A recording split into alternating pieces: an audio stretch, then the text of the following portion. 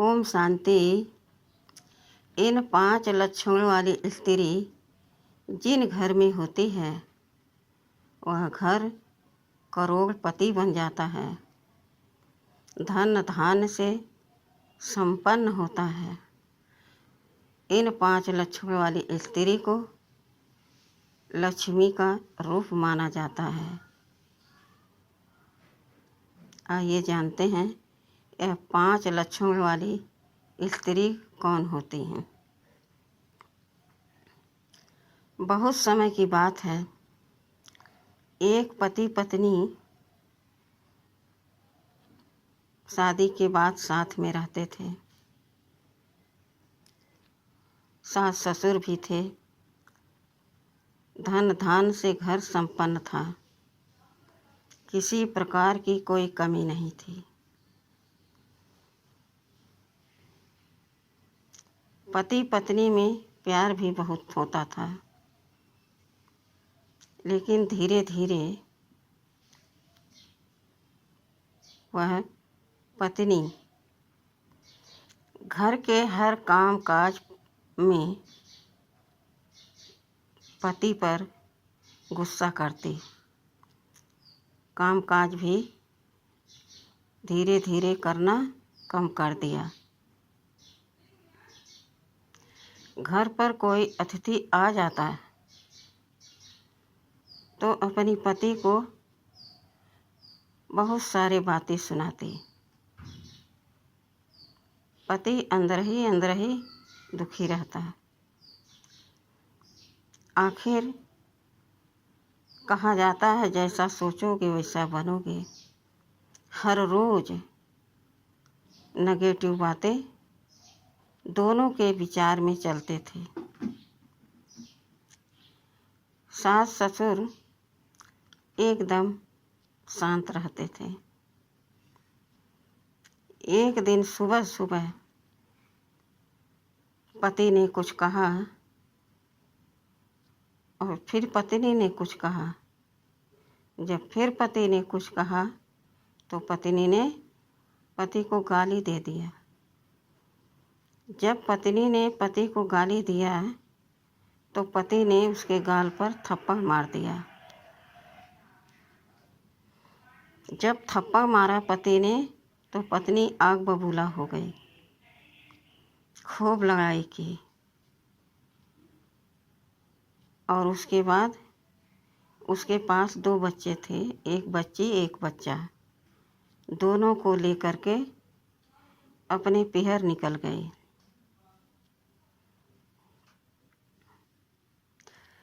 रास्ते में चलते चलते जंगल पड़ता था उसके पीहर जाने के लिए। जब उस जंगल में पहुंची तो वहाँ एक महात्मा जी तपस्या करते थे कुटिया बना के। काफ़ी रात हो गई थी और यह स्त्री 2 बच्चों के लिए चली जा रही है। महात्मा जी अपने कुटिया के आसपास टहल रहे थे। उन्होंने देखा कि एक स्त्री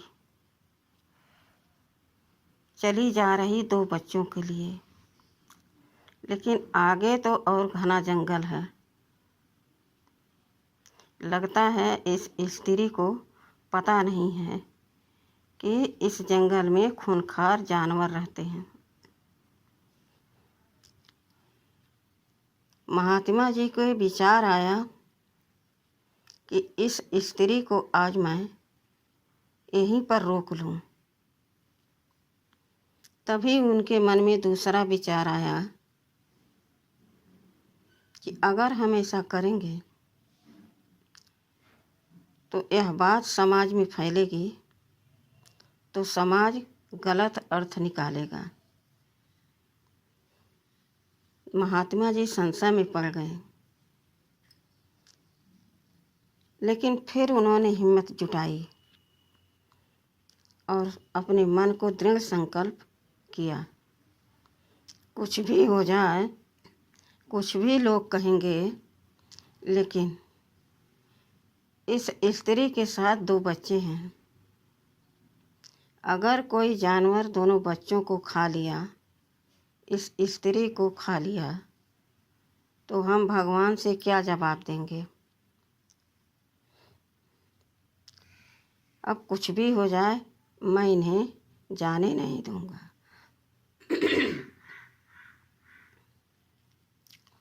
महात्मा जी बोले, अरे रुकिए, कहाँ जा रहे हैं आप लोग? बच्चों ने मुड़ के देखा तो फिर माँ ने भी मुड़ के देखा। महात्मा जी बोले, सुनो बेटा, आगे बहुत खूंखार जानवर हैं, क्या तुम्हें पता नहीं है?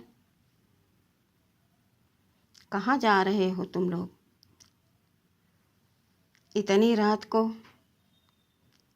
क्या तुम्हारे पति से झगड़ा हो गया है या कोई और बात बिगड़ गई है? तब स्त्री ने रुक कर के कहा, महात्मा जी, मेरे पति ने मेरे मुंह पर थप्पड़ मारा है और मैं अपने बच्चों को ले कर के अपने पिहर जा रही हूँ। महात्मा जी ने कहा, बेटा मेरी मानो तो इस टाइम यहीं रुक जाओ, सुबह तुम निकल लेना अपने बच्चों को ले कर के, अभी तुम्हारे लिए बहुत खतरा है रात में। महात्मा जी की बात से वह सहमत हो गई और स्त्री को बच्चों को कुटिया में महात्मा जी सुला दिए और खुद बाहर सो गए। जब सुबह हुआ तो स्त्री ने कहा, महात्मा जी अब हम अपने पिहर जाते हैं। महात्मा जी कहने लगे, बेटा ऐसी क्या बात हो गई, अब सुबह हो गया, अपने घर को लौट जाओ। तब स्त्री कहती है, महात्मा जी हमारे पति ने हमारे गाल पर थप्पड़ मार दिया, आप कहते हो कि लौट जाओ। मैं मरना पसंद करूँगी लेकिन अपने पति के घर जाना पसंद नहीं करूँगी। मैं अपने पिहर जा रही हूँ। चली गई। जब दरवाजे पर पहुँची, उसके माता पिता देखे तो अचंभे से देखने लगे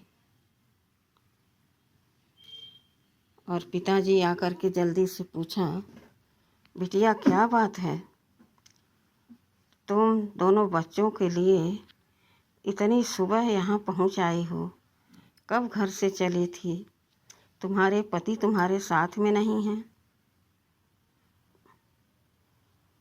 तब उस स्त्री ने कहा, पिताजी मेरे पति ने मेरे गाल पर थप्पड़ मारा है, अब मैं मरना पसंद करूँगी या आपके साथ रहूँगी, लेकिन हम उनके घर में नहीं जाऊँगी। यह सुन करके पिता को लगा, अगर मैं कुछ और बात विवाद करता हूँ तो यह कुछ भी कर सकती है। इसलिए पिता बोले, चलो घर में आराम करो। इस तरह से रात दिन बीता। इधर लड़के के माता पिता कह रहे हैं, मेरे बहू के बिना यह घर अच्छा नहीं लग रहा, जाओ मेरे बहू को ले कर के आओ। तब लड़का कहता है, पिताजी वह मुझे गाली देती है, कोई दरवाजे पर आता अतिथि तो दरवाज़ा बंद कर लेती है, अगर मेरा कोई दोस्त आता है तो मुझे 50 बातें सुनाती है, घर में कुछ ऐसा साफ सफाई का कोई काम नहीं करती पूजा पाठ का। उसके रहने न रहने से क्या फर्क पड़ता है। तो पिताजी कहते हैं, बेटा तुम्हारे अंदर क्रोध अभी भरा है, शांति से सोचो, फिर जाको बहू के और बच्चों को ले आओ। बेटा चुपचाप सुन लेता है। इधर बिटिया के पिता कहते हैं, बेटा चलो हम तुम्हें छोड़ कर के आते हैं। बिटिया कहती है, पिताजी आप अपने घर में अगर नहीं रखना चाहते हैं तो हम मर जाएंगे, लेकिन उनके घर नहीं जाएंगे।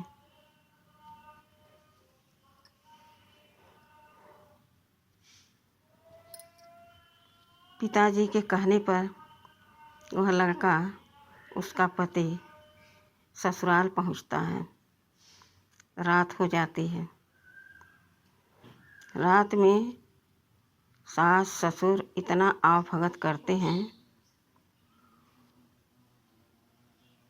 और कहते हैं, बेटा शांति से सो जाओ। इधर पत्नी कहती है, बच्चों जाओ तुम्हारे पिताजी आए हैं, उनके पास जाओ। जब दोनों बच्चे उस पिता के पास आते हैं तो पिता देखकर खुश हो जाता है, बच्चे भी खुश हो जाते हैं और खूब प्यार करते हैं अपने बच्चों को, और बच्चे भी खूब खेलते हैं, फिर सो जाते हैं। सुबह जब होता है तो पिताजी कहते हैं अपने दामाद से,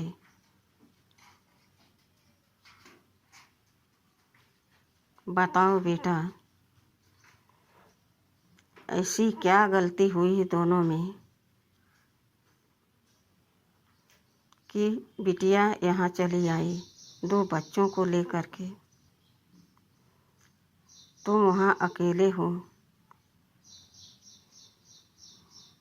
क्या बात हुई। तब दामाद बोलता है, ये हर बात पर लड़ाई करती है, सारी बात उसने बताई। कोई दरवाजे पर आता है, देख करके दरवाज़ा बंद कर लेती है। किसी अतिथि के आने पर इस तरह का व्यवहार क्या अच्छा होता है। अगर मेरे दोस्त आते हैं तो ये हमसे लड़ाई करती है। घर में साफ सफाई पूजा पाठ कुछ नहीं करती है, बच्चों को भी देखभाल सही से नहीं करती है।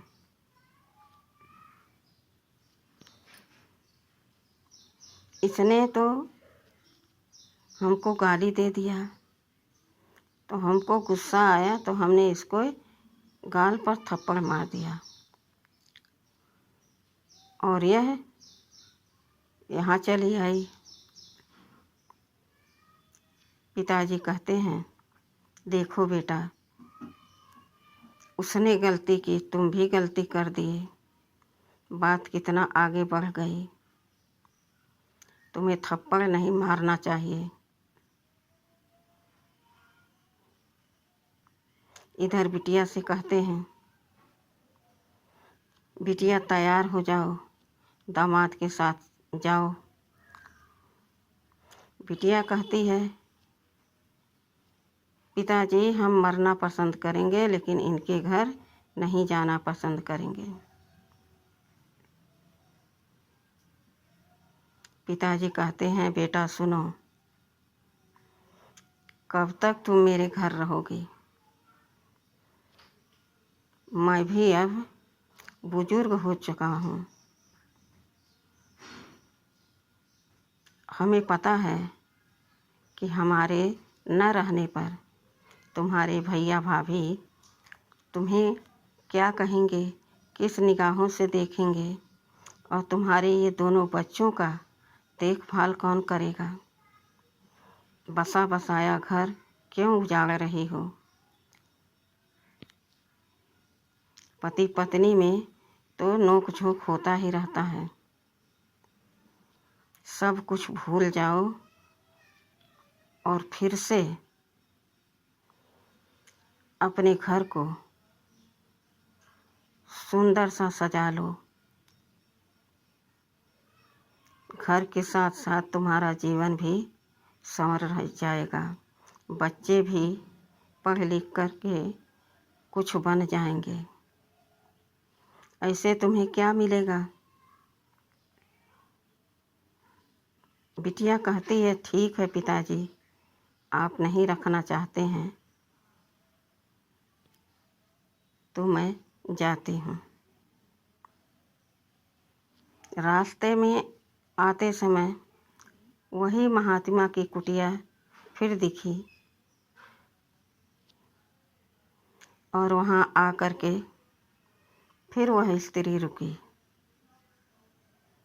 महात्मा जी अपना पूजा पाठ कर लिए। तब बिटिया के पास आए और बोले, बेटा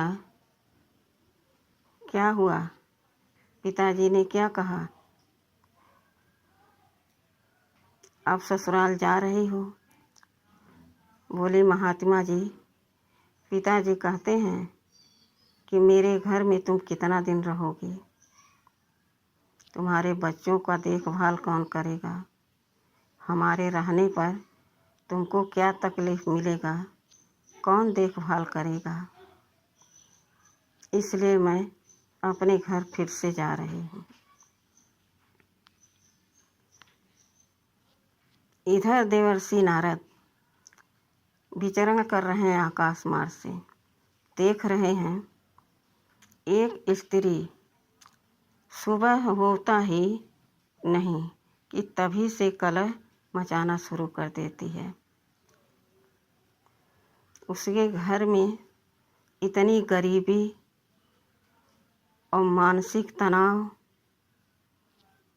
कि जैसे वह घर शमशान हो, खंडहर हो।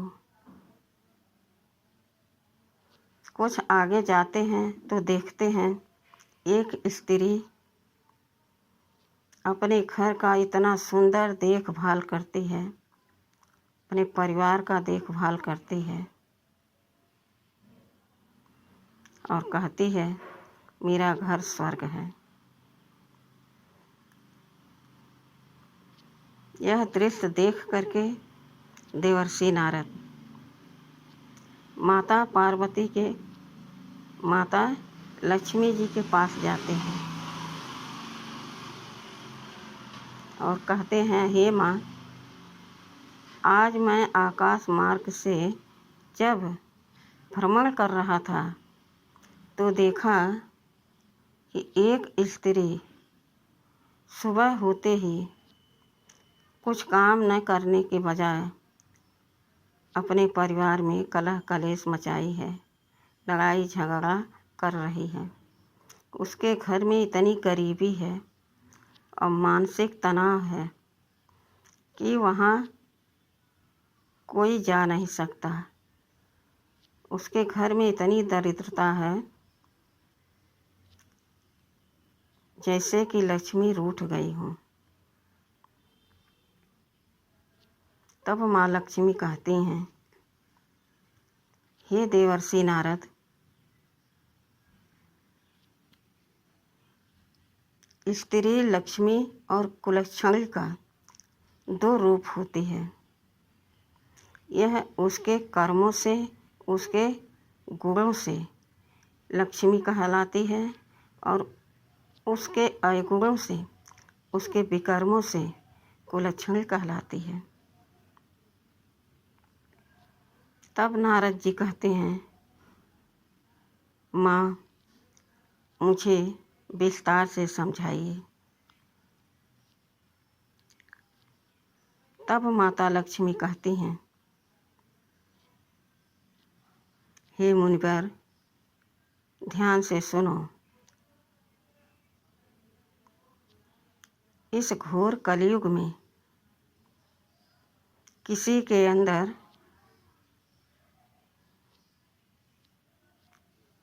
गुण कम देखोगे, लेकिन अवगुण बहुत ज़्यादा। खास करके सहनशीलता बिल्कुल आज के मनुष्यों में नहीं है, चाहे स्त्री हो चाहे पुरुष।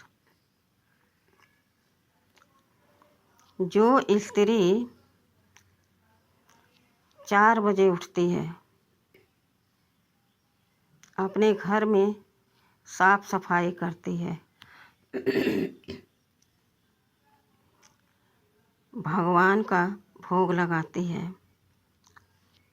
भजन कीर्तन करती है, आरती करती है, प्रसाद पान करती है, प्रभु को पान करा करके, वह स्त्री जैसे देवी है।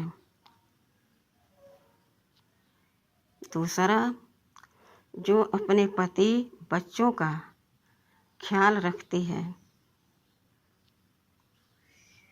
अपने सास ससुर की सेवा करती है, अतिथियों का सम्मान करती है, वह स्त्री लक्ष्मी का रूप होती है। तीसरा, जो भोजन बनाती है,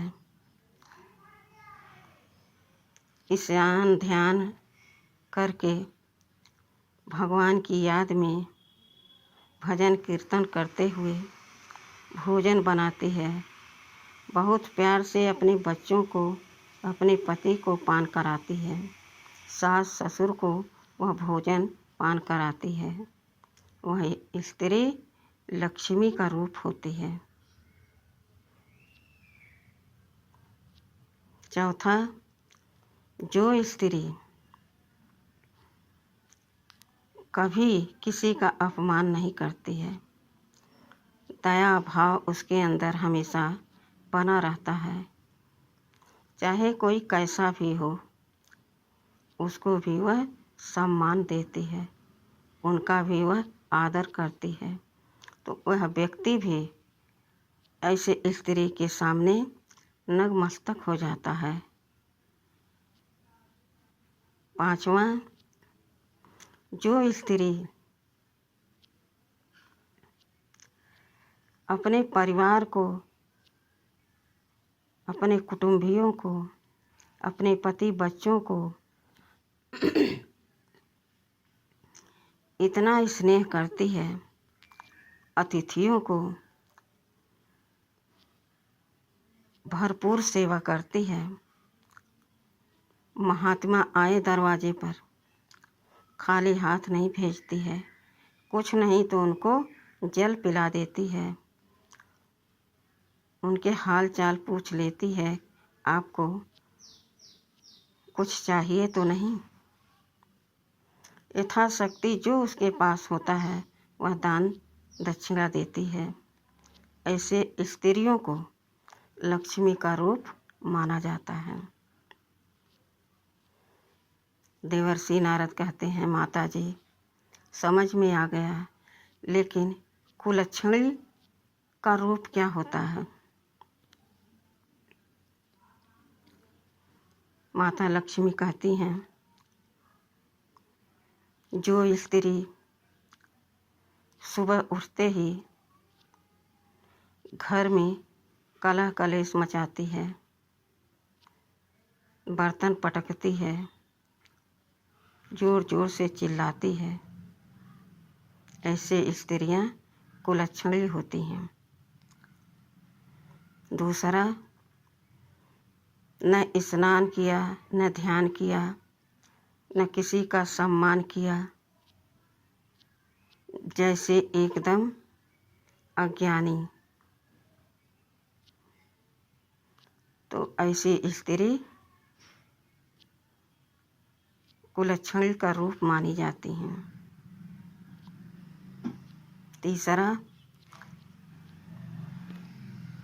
भोजन बनाया मन से नहीं, बेमन से बनाया, और किसी को भोजन देते समय टन फन कर रही, लड़ाई कर रही, समझ रही हम भी सब कुछ करते हैं, कोई और नहीं करता है, सबको उल्टा सीधा बोलती हैं। ऐसी स्त्रियां कुलक्षणी का रूप मानी जाती हैं। जो स्त्री अपने पति, बच्चों का, सास ससुर का, अतिथियों का सम्मान नहीं करती,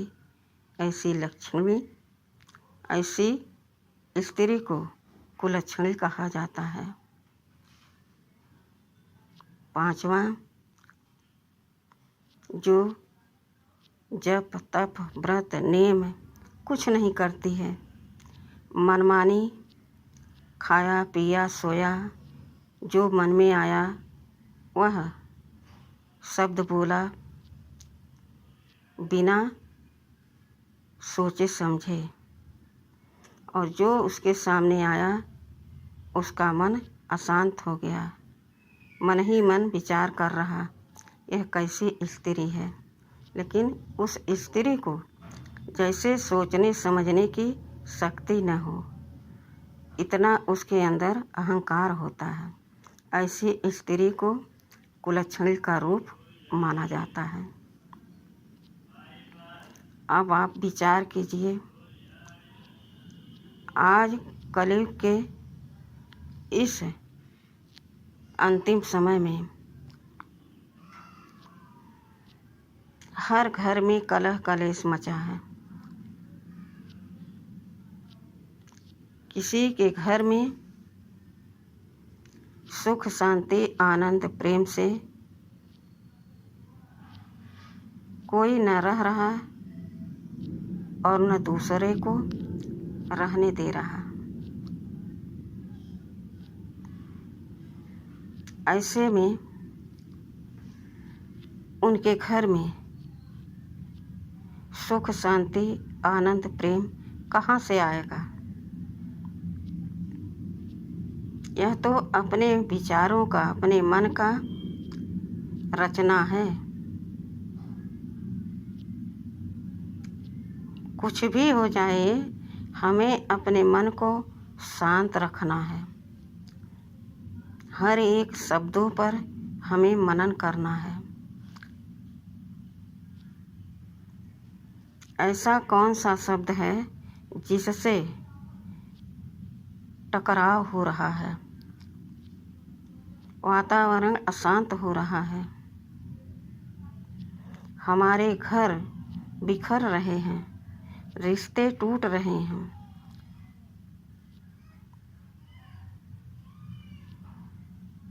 लेकिन आज इस बात पर कोई विचार करने वाला नहीं है। सहन शक्ति किसी के पास नहीं है। सबसे बड़ी यही दिक्कत है कि आज एक शब्द कोई कह दिया तो दूसरा उसे 4 सुनाने की हिम्मत रखता है, लेकिन उस एक बात को सहन करने की ताकत उसके अंदर नहीं है। ऐसे में घर टूटते जा रहे हैं, रिश्ते बिखरते जा रहे हैं। इसे कहते हैं घोर कलयुग। कलह कलेश की दुनिया एकदम जोर शोर से बनती जा रही है। विचार कीजिए, अगर हर घर ऐसे हो गया तो इस संसार का क्या होगा?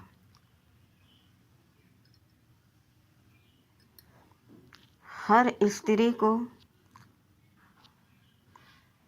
सोचना चाहिए, मन है, बुद्धि है, सहनशीलता कम है तो किसी ने कुछ कह दिया या एक थप्पड़ मार दिया तो मेरा शरीर तो नहीं कट गया ना।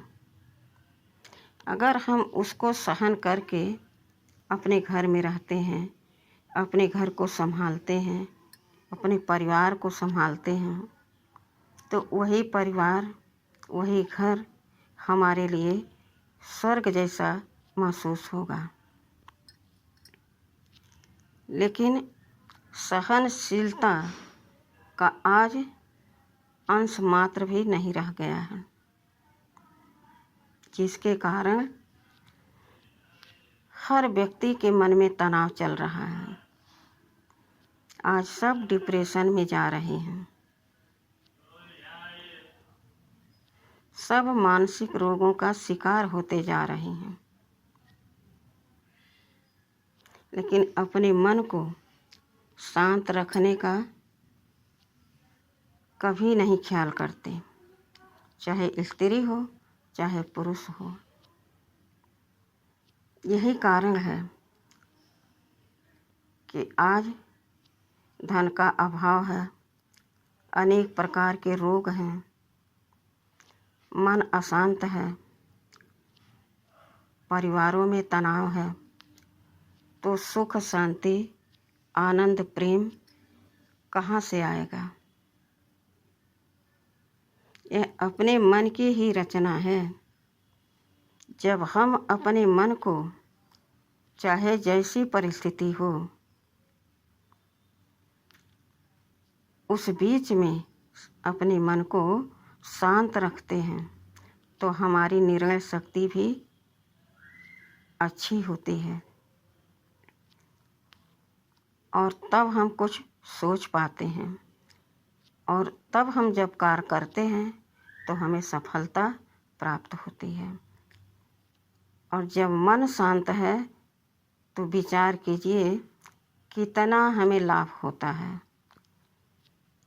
पहले तो मेरा मन शांत है, हलचल में नहीं है, मुक्त हो गए हम तनाव से, डिप्रेशन से, और सारे शरीर में हमें बीमारियां पकड़ लेती हैं, उनसे हम मुक्त हो गए।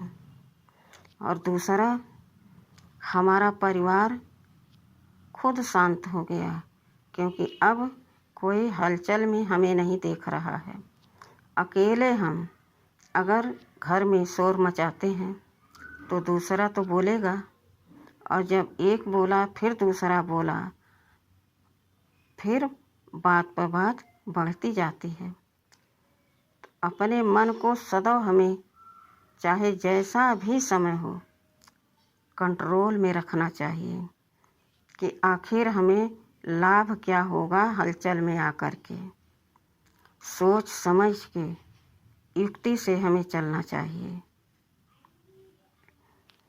परम पिता परमात्मा भी यही कहते हैं कि अपने मन को शांत रखो और मन ही मन मुझे याद करो, तो तुम्हारे सारे समस्या का समाधान तुम्हें मिल जाएगा। आज हम क्या करते हैं? शोर मचाते हैं, एक दूसरे को नीचा दिखाते हैं, और परिणाम क्या होता है? ये बात बिगड़ती जाती है।